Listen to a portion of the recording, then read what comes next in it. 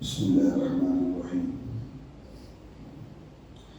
الحمد لله رب العالمين، والصلاة والسلام على سيد المرسلين وعلى آله وأصحابه وذرياته وأهل بيته وبارك وسلم تسليما كثيرا كثيرا. أما بعد، رب اشرح لي صدري ويسر لي أمري واحلل عقدة من لساني يفقهوا قولي. سبحانك لا علم لنا إلا ما علمتنا إنك أنت العليم الحكيم. اللهم صل على سيدنا محمد وعلى آل سيدنا محمد وبارك وسلم عليه. کل بتایا گیا تھا کہ اللہ تعالیٰ نے جماعت کے ساتھ نماز کو عین گھمسان کے موقع پر، جنگ کے موقع پر بھی اللہ تعالیٰ نے معاف نہیں فرمایا، بلکہ حکم دیا کہ جنگ چل بھی رہی ہو تب بھی کچھ لوگوں کو جماعت کے ساتھ نماز پڑھنا چاہیے، کچھ لوگوں کو جماعت کے ساتھ مشغول نہ ہونے پر جنگ کا سامنا ہے تو بعد میں جماعت کے ساتھ بھی نماز پڑھے۔ قرآن مجید میں اللہ تعالیٰ نے ایک آیت ارشاد فرمائی ہے، اس میں اللہ تعالیٰ نے گناہوں سے بچنے کا ایک بہترین ذریعہ اور ایک طریقہ بیان فرمایا ان الصلاۃ تنہی عن الفحشاء والمنکر۔ تم برائی سے بچنا چاہتے ہو، بے حیائی سے بچنا چاہتے ہو تو وقت پر نماز پڑھو۔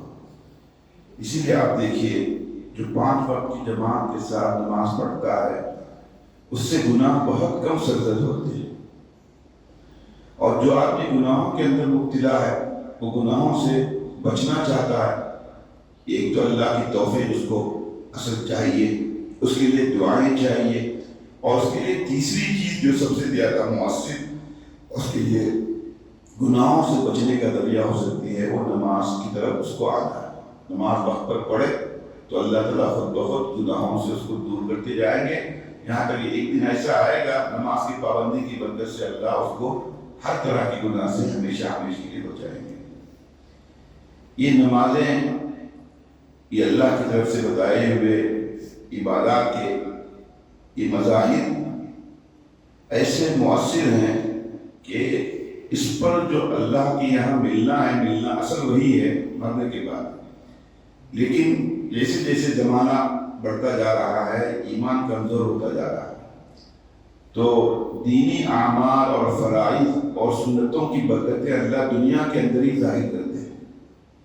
وقت پر انسان نماز پڑھتا ہے، آخرت میں اس کو اثر ثواب ملے گا، اللہ راضی ہو جائے گا، اس کی درجات بلند ہو جائے گی، لیکن دنیا کے اندر بھی محسوس کرتا ہے، دیکھتا ہے اپنی آنکھوں سے بہت ساری سنتیں ہیں، بہت سارے فرائض ہیں، آج دنیا میں اس کی کیا کہتے ہیں فوائد نظر آتے ہیں، حالانکہ ان فوائد کے لیے ان سنتوں کو نہیں اپناتے، فرائض کو ادا نہیں کرتے ہیں، لیکن اس کے باوجود ہم اپنی آنکھوں سے دیکھتے ہیں۔ مثلا مسواک ہے، آدمی مسواک کرتا ہے، آج دنیا میں تحقیق ہو گئی کہ منہ کے کینسر سے انسان بچتا ہے۔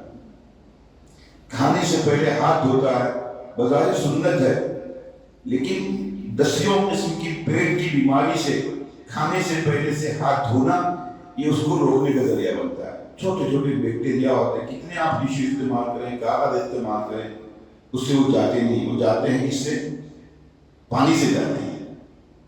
انسان استنجا کے اندر پانی استعمال کرتا ہے، اس کے فوائد سائنسی اعتبار سے الگ ہے، طبی اعتبار سے الگ ہے، لیکن آج دنیا میں مسلم ملکوں کے اندر دیکھیے پانی کا استعمال نہ 1 نمبر کے لیے نہ 2 نمبر کے لیے ہوتا ہے۔ نتیجہ کیا ہے؟ پیٹ کی بیماریوں کے ساتھ ساتھ شرمگاہوں کی بیماریاں، دنیا بھر کی بیماریاں آ جاتی ہیں۔ آدمی دائیں کروٹ پہ لیٹتا ہے، حدیث شریف میں اللہ کی رسول صلی اللہ علیہ وسلم نے فرمایا دائیں کروٹ پہ انسان کو لیٹنا چاہیے، بعد میں نیند میں پہلو بدل جائے بات الگ ہے، لیکن سوتے وقت آج تحقیق ہو گئی کہ جو دائیں پہلو پر لیٹتا ہے اس کو ہارٹ اٹیک کا امکان کم رہتا ہے۔ یہ تو 2 سنتیں نہیں، کتنی سنتیں انسان آدمی سوچ نہیں سکتا۔ اسی طرح نماز کی برکتیں بھی دنیا کے اندر ظاہر ہوتی ہیں، کتنے واقعات وقت پر انسان نے نماز پڑھی اللہ نے اس کو دنیا کے اندر دکھا دیا۔ ایک واقعہ ہے کچھ سال پہلے بنگلور سے ہمارے شہر کی کچھ لوگ تھے، پہلے بسیں ڈائریکٹ نہیں ہوا کرتی تھی، اڑپی سے پھر کنداپور ڈائریکٹ بس سے ملنی مشکل ہے، اور ڈائریکٹ بس پر بیٹھنے 4 گھنٹے 5 گھنٹے لگتے تھے الگ الگ کر کے آنے سے، اور اس کے درمیان نماز لگا ہو جاتی تھی۔ لوگ جو نماز کے پابند ہوتے تھے رک کے جو ہے آتے تھے اور وہیں پر بس اڈے پر یا کہیں پر کسی دکان کے پاس جا کے نماز پڑھتے تھے۔ ایک آدمی منگلور سے آ رہا تھا اور کنداپور سے جو ہے اس کو بڑھ کر آنا تھا، منگلور سے کنداپور ہوتے ہوئے ڈائریکٹ اس کو بس مل گئی، لیکن اس کے باوجود اس نے کنداپور میں اترنا طے کیا۔ کیوں؟ اگر وہ ڈائریکٹ بس پر آتا تو اس کی جو ہے مغرب کی نماز ادا ہو جاتی، تو اتر کے وہاں ہوٹل میں کمرہ تھا اور کمرے میں اس نے نماز پڑھی۔ اس کے بعد دوسری بس پکڑ کر اس بس کو چھوڑ دیا، اس بس سے منگلور سے آ رہا تھا۔ اس کے بعد پھر اتر کر وہاں سے نماز پڑھ کر وہ کہاں پہنچا؟ گھر پہنچا کر معلوم ہوا جس بس سے وہ منگلور سے کنداپور تک آیا تھا وہ بس بینور کے اندر کھائی کے اندر گر گئی اور مسافر زخمی ہو گئے۔ ایک انسان نے اللہ کے فرض کی جو ہے وقت پر ادا کرنے کی کوشش کی، جو آخرت میں اللہ اس کو دیں گے دنیا کے اندر دکھا دیا۔ تمہاری جان چلی جاتی، تم زخمی ہو جاتے اگر نماز نہیں پڑھتے تو۔ خود آپ اپنے طور پر دیکھیں کتنے واقعات آپ کے ساتھ بھی پیش آئے ہوں گے۔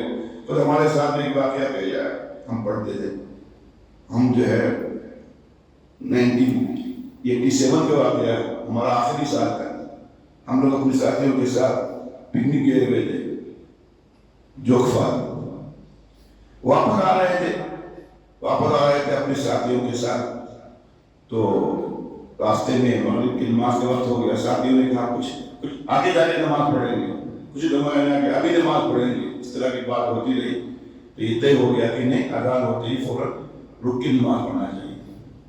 ہم لوگوں نے گاڑی روک دی، اپنے ساتھیوں کے ساتھ گاڑی روک کے نماز پڑھ کے پھر وہاں سے نکلے، تھوڑی دیر اندھیرا چھا گیا، ٹرننگ جو ہے جوگ کی سب کو پتا ہے کیسی ٹرننگ ہے۔ تھوڑی دیر میں جو ہے گاڑی چلاتے سب بات کر رہے تھے، سب کی آنکھ لگ گئی، 16 ساتھی تھے، 14 ہو گئے، بات کرتے کرتے ایک آدمی آخر میں رہ گیا اور ڈرائیور کے ساتھ بات کرتا تھا، وہ بھی اس کو بھی آنکھ لگ گئی، نیند آ گئی، اب ڈرائیور اکیلا رہ گیا، اب ڈرائیور کو بھی نیند آ گئی، دائیں مڑنے بائیں مڑنے کی جگہ پر وہ ایک جگہ ٹرنا آیا، بائیں مڑنا تھا، اس کو دائیں مڑ گیا، اور پوری بس ہماری جو ہے ٹیمپو کھائی کے اندر 80 فٹ کھائی کے اندر درختوں کو کاٹتے ہوئے ایک کٹ ایک دوسرے کے اوپر پیچھے گر گئے، اور ایک جگہ جا کے جو ہے ایک درخت سے ٹکرا کے گاڑی رک گئی۔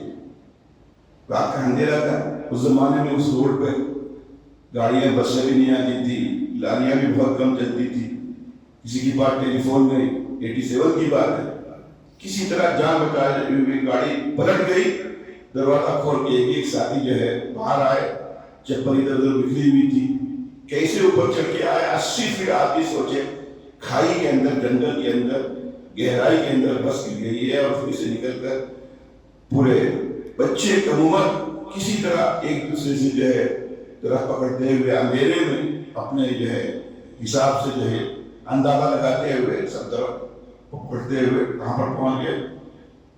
روڈ پر پہنچ گئے۔ بہت دیر تک وہاں سے کوئی چیز گاڑی نہیں گزر رہی تھی، تو بھٹک کر آنے والی کوئی گاڑی تو ملی نہیں، بہت دیر مشکل سے ایک جو ہے لاری ملی، اور وہ واپس کہاں جا رہی تھی؟ وہاں پر جوگ فال جا رہی تھی، کسی کی سمجھ میں کچھ نہیں آیا۔ ہمارے ساتھ کچھ ساتھی تھے، کہنے لگے ہمارے عبدالکریم ماسٹر کی بیٹی کہاں پر رہتے ہیں؟ جوگ فال میں رہتے ہیں، تو ہم لوگ جوگ فال چلے گئے، کسی کے پاس تھوڑے بہت پیسے تھے جیب میں، اس کو گاڑی ڈرائیور کو لیا اور وہاں پہنچ گیا، کسی طرح معلوم کر کے ان کے گھر میں آدھی رات کو جا کے پہنچ گیا اور کہا کہ ہم جامعہ کے بچے ہیں اس طرح، اور جان بچ گئی ہے اور پھر واپس نہیں جا سکتے، تو آپ کیا کہیں گے؟ انہوں نے رہنے کا انتظام کیا، اور رات بھر ہم وہاں رہے، اور فجر کو اٹھ کے جو ہے جامعہ کے ذمہ داروں کو فون کیا، اس زمانے میں لوکل فون آتا تھا، تو مدنی صاحب اللہ علیہ رحمت کرے، شیخ علی محمد علی صاحب، بہت سارے لوگ جو ہے اپنی کار پہ ہم کو دیکھنے کے لیے نکلے، شہر کے لوگ اسکوٹر پہ پھر کاروں پر نکلے، اتفاق سے ہمارے ساتھیوں نے عقل مندی کی تھی کہ اوپر چڑھ کے آنے کے بعد نشانی لگا دی تھی، اپنے جو ہے بنین کھول کر ایک درخت کو لگا دیا تھا